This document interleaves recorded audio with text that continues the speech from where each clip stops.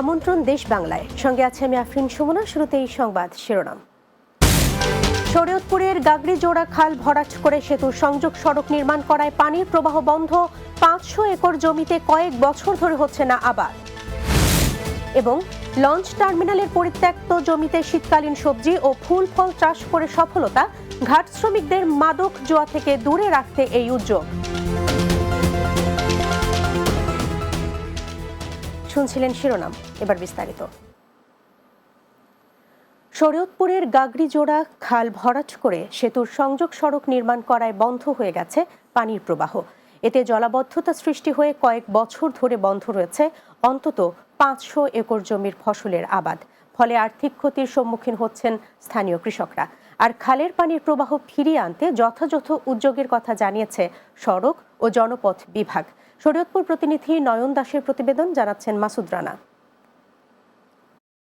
এই কৃষি জমিগুলো দেখলে মনে হতে পারে এটি একটি জলাশয় কিংবা বাওর, তবে 5 বছর আগে এখানকার চিত্র ছিল ভিন্ন। এই জমিতে চাষাবাদ হতো ধান, পাট, পেঁয়াজ, রসুন সহ নানা সবজি। তবে ঢাকার শরীয়তপুর মহাসড়কের কীর্তিনাশা নদীতে একটি সেতুর সংযোগ সড়ক নির্মাণ করতে গিয়ে গাগড়িজোড়া খালের মুখ সহ প্রায় 400 মিটার অংশ ভরাট করেছে সড়ক ও জনপথ বিভাগ। এতে খালের মুখ ভরাটে বন্ধ হয়ে গেছে পানি প্রবাহ।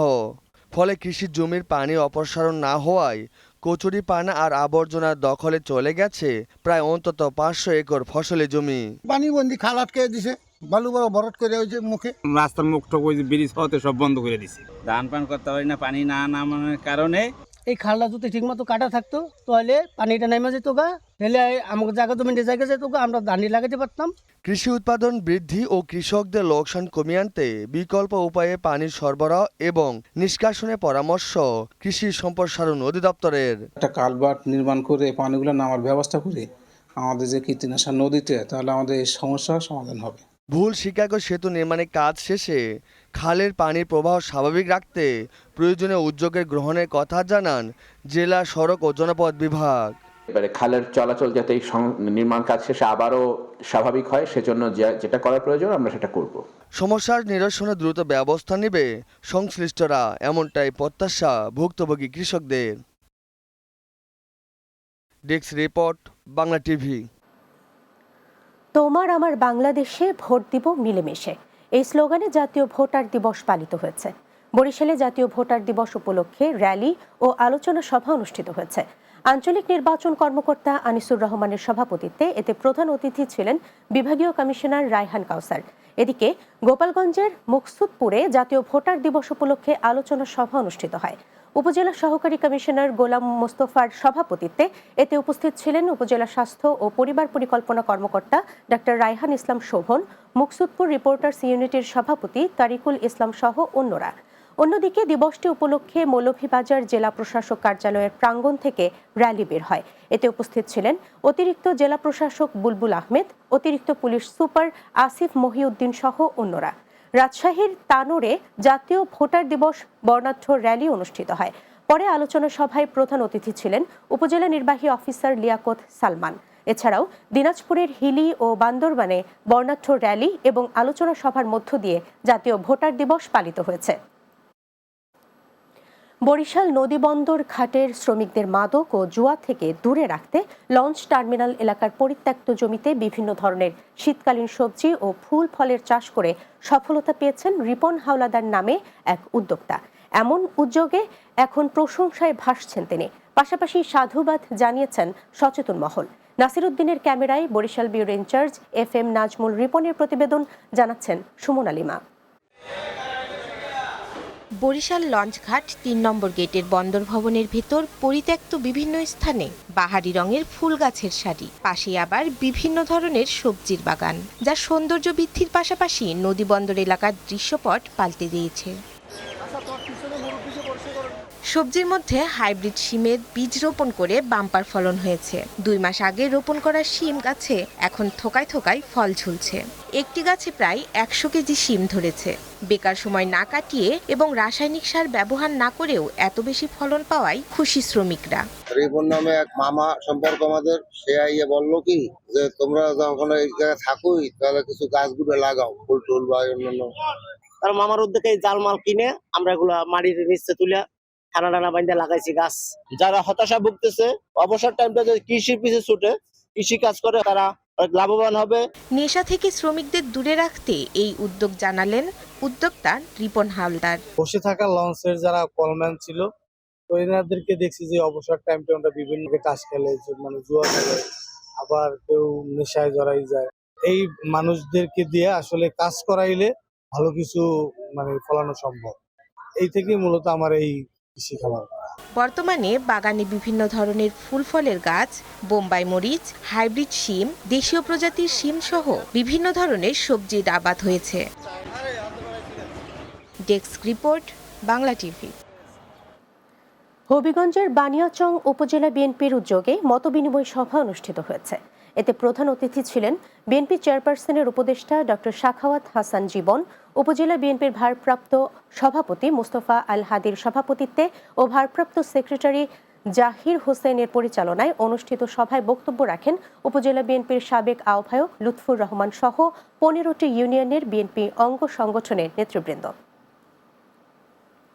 চাঁদপুরে ইলিশ সম্পদ উন্নয়ন ও ব্যবস্থাপনার আওতায় জাটকা রক্ষা অভিযান উপলক্ষে নৌ র্যালি অনুষ্ঠিত হয়েছে। শহরের বড় স্টেশন মোলহেড থেকে নৌ র্যালিটি বের হয়ে পদ্মা মেঘনা নদীর অভয়াশ্রমের বিভিন্ন এলাকা পরিদর্শন করে। পরে ইলিশ উৎপাদন বৃদ্ধির লক্ষ্যে সচেতনতা সভা অনুষ্ঠিত হয়। এতে প্রধান অতিথি ছিলেন জেলা প্রশাসক মোহাম্মদ মহসিন উদ্দিন। সভায় উপস্থিত ছিলেন পুলিশ সুপার মোহাম্মদ আব্দুর রকিব, নৌ police super Mohammad Mushfiqur Rahman, coast guard station commander sub lieutenant Mohammad Fazlul Haque সহ অন্যরা। দেশ বাংলায় নিচ্ছে বিরতি। ফিরে আসার পর অন্যান্য সংবাদের সাথে আরো যা থাকছে। দ্রব্যমূল্য সহনশীল রাখতে নড়াইলে সেনাবাহিনীর সহযোগিতায় বিভিন্ন ব্যবসা প্রতিষ্ঠানে অভিযান, 3টি প্রতিষ্ঠানকে জরিমানা।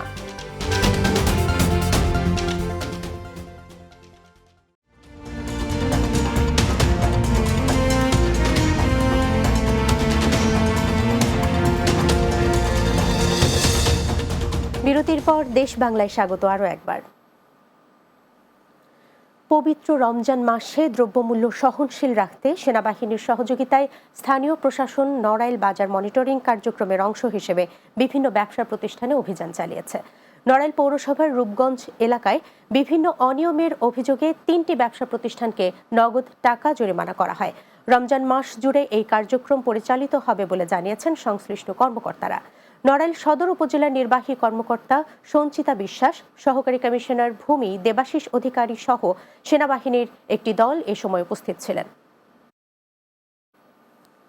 পটুয়াখালীর কলাপাড়া পৌর শহরের হাসপাতাল সড়কে অনুমোদনহীন কোম্পানির ওষুধ বিক্রির অভিযোগে কাউসার নামে ভ্রাম্যমাণ এক ওষুধ বিক্রেতাকে গ্রেপ্তার করেছে পুলিশ। ব্যাটারি চালিত অটোরিকশায় করে সাধারণ পথচারী ও বিভিন্ন ফার্মেসিতে অন্তত শতাধিক কোম্পানির অনুমোদিত ও অনুমোদন ছাড়া ওষুধ বিক্রি করেন কাউসার। এর মধ্যে ছিল ঘরে তৈরি ও বিভিন্ন যৌন উত্তেজক ট্যাবলেট ও সিরাপ।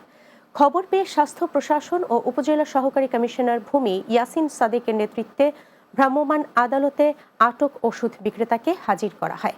পরে নির্বাহী ম্যাজিস্ট্রেট আটক কাউসারকে 20,000 টাকা অর্থদণ্ড ও অনাদায়ে 1 মাসের বিনাশ্রম কারাদণ্ড প্রদান করেন, আর জব্দ করা ওষুধ ধ্বংস করা হয়।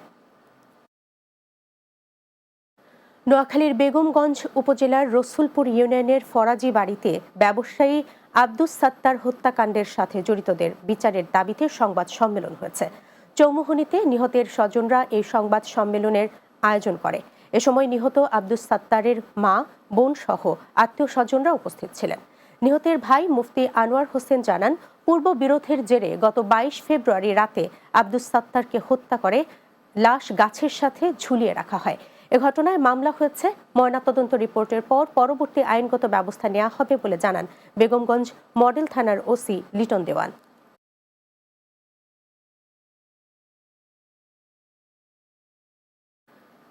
গাজীপুরে শ্রীপুরে তেল ফসলের পরিচিতি, চাষাবাদ পদ্ধতি, বীজ উৎপাদন ও বীজ সংরক্ষণ শীর্ষক পৃথক 2টি প্রশিক্ষণ অনুষ্ঠিত হয়েছে।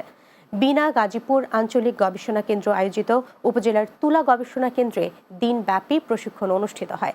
গাজীপুর কৃষি সম্প্রসারণ অধিদপ্তরের উপপরিচালক মোহাম্মদ রফিকুল ইসলাম খানের সভাপতিত্বে এতে প্রধান অতিথি হিসেবে ভার্চুয়ালি বক্তব্য রাখেন বিনা ময়মনসিংহের মহাপরিচালক পরমাণু কৃষি বিজ্ঞানী ডক্টর মোহাম্মদ আবুল কালাম আজাদ। প্রশিক্ষণে উপস্থিত ছিলেন বিনা ময়মনসিংহের উদ্ভিদ প্রজনন বিভাগের পিএসও ডক্টর ফাহমিনা ইয়াসমিন সহ অন্যরা। গাজীপুরের কোনাবাড়িতে অসহায় ও দুস্থদের মাঝে ইফতার বিতরণ করেছে ছাত্রদল। কোনাবাড়ি বাস স্ট্যান্ড এলাকায় থানা ছাত্রদলের সভাপতি প্রার্থী ওয়াসিম সালিমের ব্যক্তিগত উদ্যোগে কয়েক শতাধিক অসহায় ও দুস্থদের মাঝে ইফতার বিতরণ করেন। এ সময় উপস্থিত ছিলেন কোনাবাড়ি থানা বিএনপির সাধারণ সম্পাদক মোহাম্মদ বাবুল হোসেন সহ অনেকেই। নোয়াখালীর বেগমগঞ্জ 5 শতাধিক অসহায় পরিবারের মাঝে ইফতার সামগ্রী বিতরণ করা হয়েছে। চৌমুহনী পৌর হাজীপুরে রজনীগন্ধা স্পোর্টিং ক্লাবের উদ্যোগে এবং স্থানীয় ও প্রবাসীদের অর্থায়নে এই ইফতার সামগ্রী বিতরণ করা হয়। এ সময় চৌমুহনী পৌর যুবদলের ভারপ্রাপ্ত আহ্বায়ক আব্দুর রহমান বাহার সহ বিভিন্ন সামাজিক সংগঠনের নেতৃবৃন্দ উপস্থিত ছিলেন।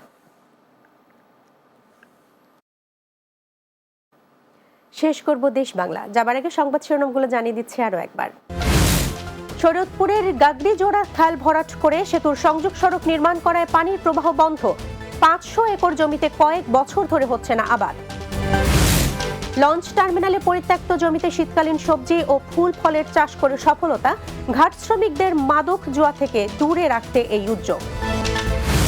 এবং দ্রব্যমূল্য সহনশীল রাখতে নড়াইলে সেনাবাহিনীর সহযোগিতায় বিভিন্ন ব্যবসা প্রতিষ্ঠানে অভিযান, 3টি প্রতিষ্ঠানকে জরিমানা।